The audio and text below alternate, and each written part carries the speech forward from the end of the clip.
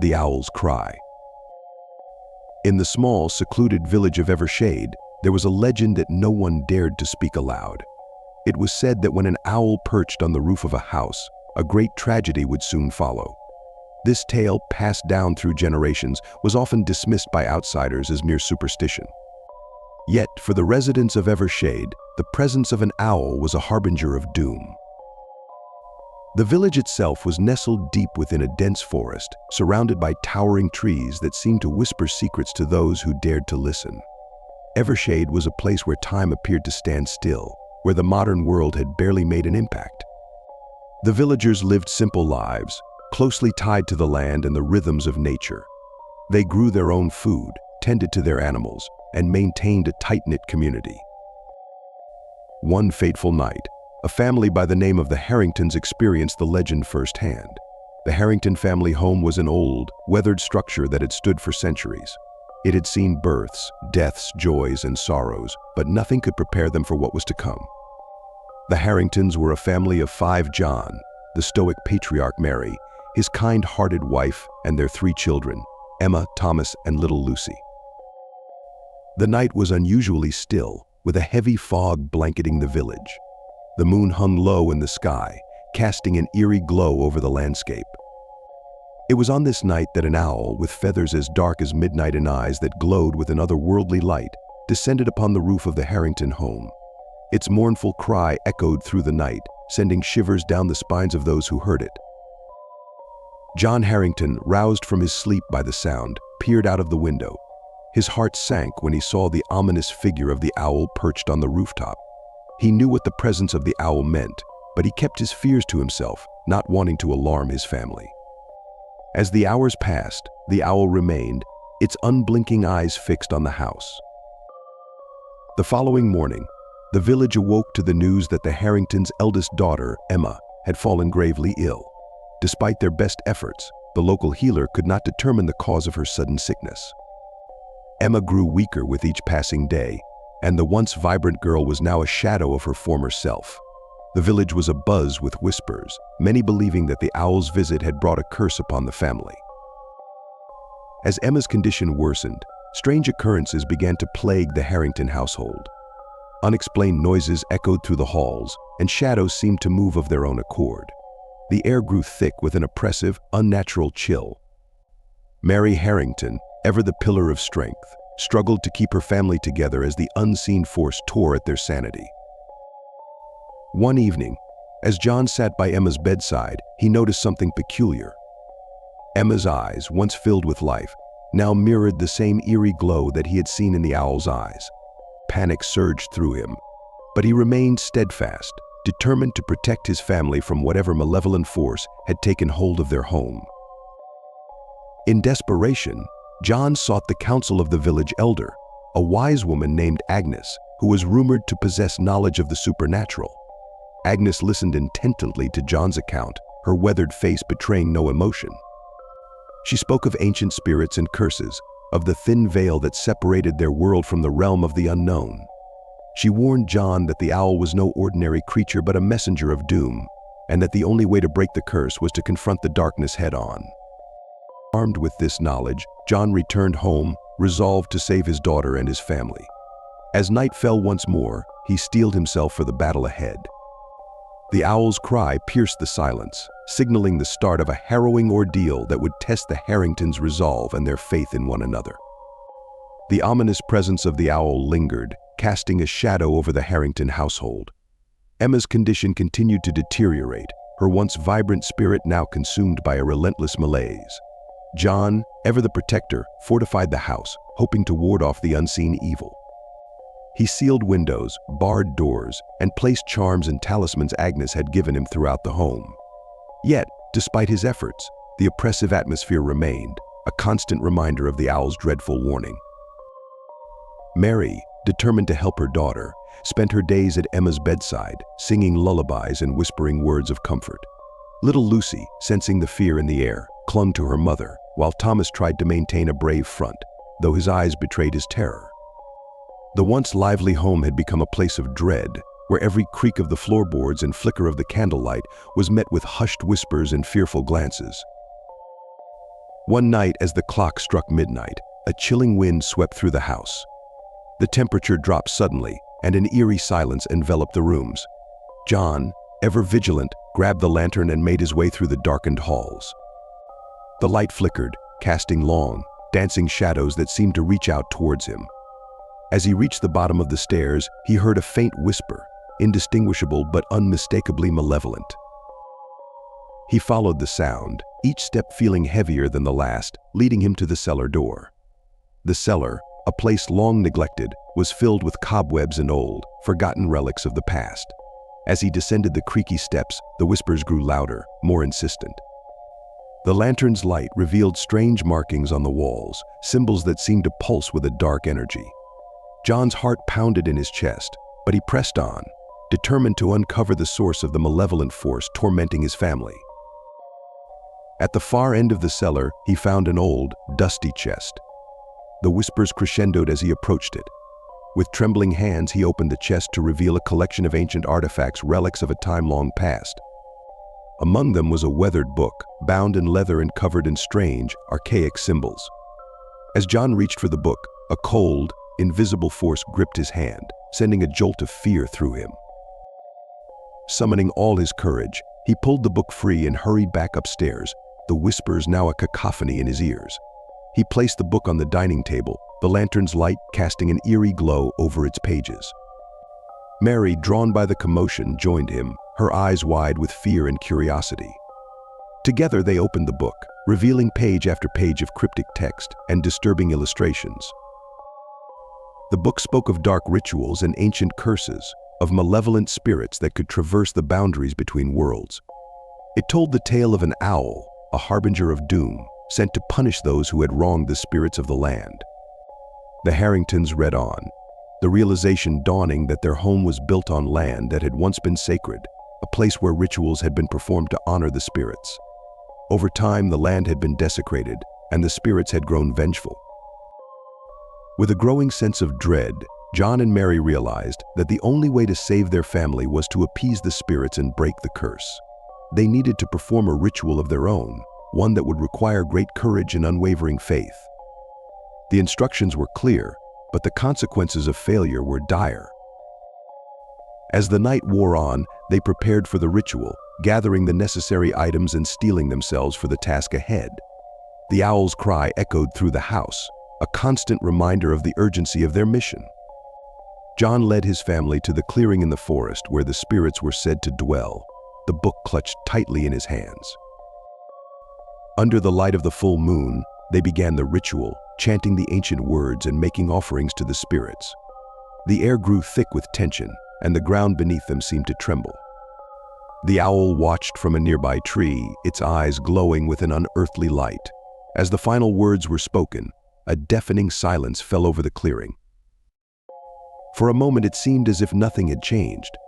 But then, a warm, gentle breeze swept through the forest, and the oppressive feeling that had plagued them began to lift. The owl let out one last, mournful cry before taking flight, disappearing into the night. Back at the house, Emma's condition began to improve, her strength slowly returning. The strange occurrences ceased, and the oppressive chill lifted from the air.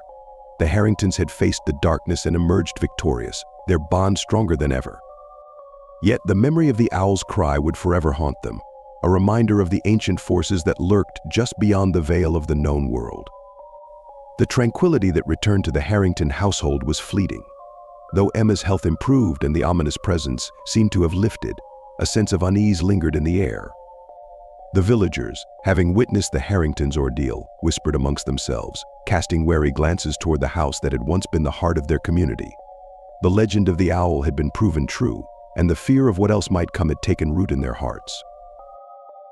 John and Mary tried to resume their normal lives, but the memory of the ritual and the dark forces they had confronted left an indelible mark on them. John, in particular, became obsessed with understanding the nature of the curse and ensuring it would never return. He spent countless hours poring over the ancient book they had found in the cellar, seeking answers to questions that gnawed at his mind. One afternoon, as John sat by the fireplace with the book open on his lap, a sudden chill swept through the room. The flames flickered and dimmed, casting long, dancing shadows on the walls. John looked up to see the owl, its eyes glowing with an eerie light, perched on the windowsill outside. A sense of dread filled him as he realized the curse had not been fully lifted. The spirits were still restless. Determined to protect his family, John sought the counsel of Agnes once more. The old woman listened intently as he recounted the events of the past weeks and his fears that the curse was not entirely broken. Agnes nodded slowly, her expression grave. She explained that the ritual they had performed had only appeased the spirits temporarily. To fully lift the curse, they needed to uncover and resolve the original transgression that had angered the spirits. With renewed purpose, John returned home and shared the elders' words with Mary. Together, they decided to delve deeper into the history of their land, hoping to uncover the source of the spirits' wrath. They began by speaking with the oldest villagers, collecting stories and piecing together fragments of the past. Slowly, a picture emerged of a time long ago when the land was sacred to an ancient tribe that revered the owl as a guardian spirit. The Harringtons learned that the tribe had been driven from their land by settlers who had built the village of Evershade. The sacred sites had been desecrated, and the spirits, once protectors, had turned vengeful. Realizing that their home stood on one such site, John and Mary knew they had to make amends to the spirits. They returned to the cellar, the air thick with anticipation. John retrieved the ancient artifacts and carefully examined each one, looking for clues. Among the relics, they found a small, intricately carved statue of an owl, its eyes made of polished stone that seemed to glow in the dim light. The statue exuded a palpable aura of power, and John knew it was the key to appeasing the spirits. With the statue in hand, the Harringtons once again ventured into the forest, seeking the clearing where they had performed the ritual. Under the full moon, they placed the statue in the center of the clearing and began to chant the ancient words from the book. As they did, a powerful energy surged through the air, and the ground beneath them seemed to pulse with life. The owl appeared once more, its eyes fixed on the statue. John and Mary continued to chant, their voices unwavering. The wind picked up, swirling around them in a vortex of leaves and dust. The owl let out a piercing cry, and the ground trembled as if acknowledging their plea for forgiveness. As the final words of the chant echoed through the clearing, the energy in the air reached a crescendo. The owl spread its wings and took flight, disappearing into the night. A sense of calm settled over the clearing, and John and Mary knew that the spirits had been appeased. Returning home, they felt a profound sense of relief. The oppressive atmosphere that had plagued their house was gone, replaced by a feeling of peace. Emma continued to recover, and the strange occurrences ceased. The villagers, seeing the change in the Harrington household, began to speak of the family with respect and awe, recognizing the courage it had taken to confront the ancient curse. Though the memory of the owl's cry would always remain with them, the Harringtons had restored balance to their home and their land. They understood the importance of respecting the past and honoring the spirits that had once been guardians of Evershade. Their ordeal had forged a deeper connection to their land and its history, ensuring that the legacy of the owl would be remembered for generations to come. The calm that followed the ritual was a fragile veneer over the village of Evershade. Though the Harringtons had successfully lifted the curse from their home, the village remained haunted by the memory of the owl's cry. The tale of the owl's visit had spread far and wide, becoming a cautionary story told to children and outsiders alike. Evershade had never been the same, and the shadow of the owl's presence lingered over the community. Months passed, and life gradually returned to a semblance of normalcy. Emma had regained her strength and returned to her studies, though she carried with her a profound awareness of the unseen forces that could shape their world. John and Mary continued their efforts to rebuild their lives, but the experience had changed them. They became more introspective, more connected to the land, and more attuned to the ancient legends that surrounded their home. One chilly autumn evening, as the leaves turned shades of gold and red, a stranger arrived in the village. He was a historian named Robert Sinclair, drawn to Evershade by the tales of the cursed owl and the mysterious happenings that had occurred.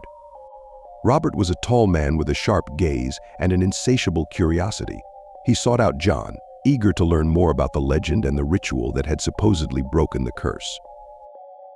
John and Mary welcomed Robert into their home, hoping to shed light on the events that had unfolded. As they spoke, Robert listened intently, taking meticulous notes. He was particularly interested in the ancient book and the artifacts that had been discovered in the cellar. His fascination with the supernatural and the occult was evident, and he was determined to uncover the full story behind the curse. In his research, Robert uncovered more about the ancient tribe that had once inhabited the land. He learned that their spiritual practices were deeply intertwined with the natural world, and that the owl was considered a sacred guardian. The tribe had believed that any violation of their sacred sites would invoke the wrath of the owl spirit. Robert's findings confirmed what John and Mary had suspected: the land had been wronged, and the spirits had sought retribution. As Robert delved deeper, he discovered disturbing patterns. Every house where an owl had perched had experienced some form of tragedy, often linked to sudden illness, unexplained phenomena, or tragic accidents. It became clear that the curse was not a mere superstition, but a profound and dangerous force tied to the land's ancient history. One evening, Robert and John ventured into the forest together, hoping to find additional clues that might explain the full extent of the curse. The forest was bathed in twilight, with shadows stretching long and deep. As they walked, Robert recounted stories he had found in old manuscripts, accounts of other villages and families who had suffered similar fates. The patterns were disturbingly consistent, suggesting a deep-rooted and malevolent force at work. They arrived at the clearing where the Harringtons had performed the ritual, and Robert examined the area with great interest. The owl statue, still resting in the center of the clearing, seemed to pulse with an ancient energy. Robert carefully studied the statue and the surrounding markings, making notes and sketches of the symbols that adorned the area. As they worked, an uneasy silence settled over the clearing. The night was still, with only the distant rustle of leaves and the occasional hoot of an owl breaking the quiet. John and Robert, engrossed in their work, were startled by a sudden chill that swept through the clearing. The air grew thick with an oppressive feeling, and the shadows seemed to deepen. Robert looked up, his eyes widening in fear. He had unearthed an old legend that spoke of a final reckoning, a moment when the spirits would demand one last act of atonement before granting peace. He shared this revelation with John, who felt a knot of anxiety tighten in his chest. The realization that the curse might not be fully lifted was a sobering thought. Determined to address the potential threat, John and Robert decided to perform a secondary ritual, one that might further appease the spirits and ensure that the curse was indeed broken. They gathered the necessary items and prepared for the ritual under the light of the full moon. The forest seemed to hold its breath as they worked, the air crackling with latent energy. As they completed the ritual, the shadows around them seemed to stir and coalesce into a tangible presence. The owl's cry echoed once more through the forest, a haunting reminder of the ancient forces they had sought to placate. The ritual ended with a final, resounding silence, leaving John and Robert with a profound sense of both relief and trepidation. Returning to the village, John and Robert felt that they had made a significant step towards understanding and resolving the curse. The village remained wary, but the Harringtons' courage and Robert's dedication had given them hope. The owl's cry was a haunting memory, but it also served as a reminder of the need to honor and respect the ancient traditions and the spirits that once protected the land. With the secondary ritual completed, the atmosphere in Evershade grew slightly less tense. The owl's cry, once a terrifying herald of doom, became less frequent. The villagers, while still cautious, began to feel a tentative sense of normalcy returning.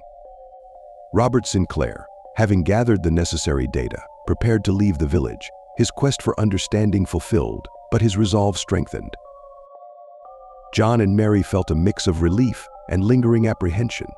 They had done all they could to appease the spirits and lift the curse, but the scars left by the experience were deep. The land, forever marked by its ancient past, had taught them a valuable lesson about respect and the unseen forces that shaped their world. One crisp winter morning, just before Robert's departure, he gathered the villagers for a final meeting. In the village square, surrounded by the frost-covered trees and the soft, white blanket of snow, he shared his findings. His detailed accounts of the curse, the ancient tribe, and the rituals were met with a mix of awe and skepticism. The villagers, though grateful for Robert's efforts, were also wary of the unknown future. Robert emphasized the importance of respecting the land and its history. He encouraged the villagers to honor the ancient spirits and preserve the sacred sites to prevent further disturbances. The village, having witnessed the truth of the curse firsthand, listened with rapt attention. They understood that their actions could impact the balance between their world and the realm of the spirits. As Robert prepared to leave, John and Mary thanked him for his help. The historian had provided not only valuable information but also a sense of closure. He assured them that the land, while scarred, had been given a chance for renewal. The rituals had helped restore balance, and it was up to the villagers to maintain that balance through their actions and respect for the past. The day after Robert's departure, a strange calm settled over Evershade. The village seemed to breathe more easily, as if the weight of the curse had been lifted. John and Mary continued to live their lives with a newfound appreciation for the land and its history. They worked to integrate the ancient wisdom they had learned into their daily lives, ensuring that future generations would understand and respect the spiritual heritage of their home. Emma, now fully recovered, grew up with a deep respect for the stories of her ancestors. She became a storyteller, sharing the tales of the owl and the lessons learned with the younger villagers. The story of the curse was passed down as a cautionary tale, a reminder of the delicate balance between their world and the supernatural. As the years went by, the legend of the owl became a symbol of the village's resilience and respect for the ancient ways. The owl itself, once a harbinger of doom, was now seen as a guardian spirit that reminded the villagers of their connection to the past and the need to honor the land. John and Mary lived out their days with a sense of peace, knowing that they had faced the darkness and emerged stronger. The village of Evershade continued to thrive, its people mindful of the lessons learned from the curse. The owl's cry, once a terrifying omen, became a part of their history, a reminder of the unseen forces that shaped their world and the importance of respecting the spirits that watch over them.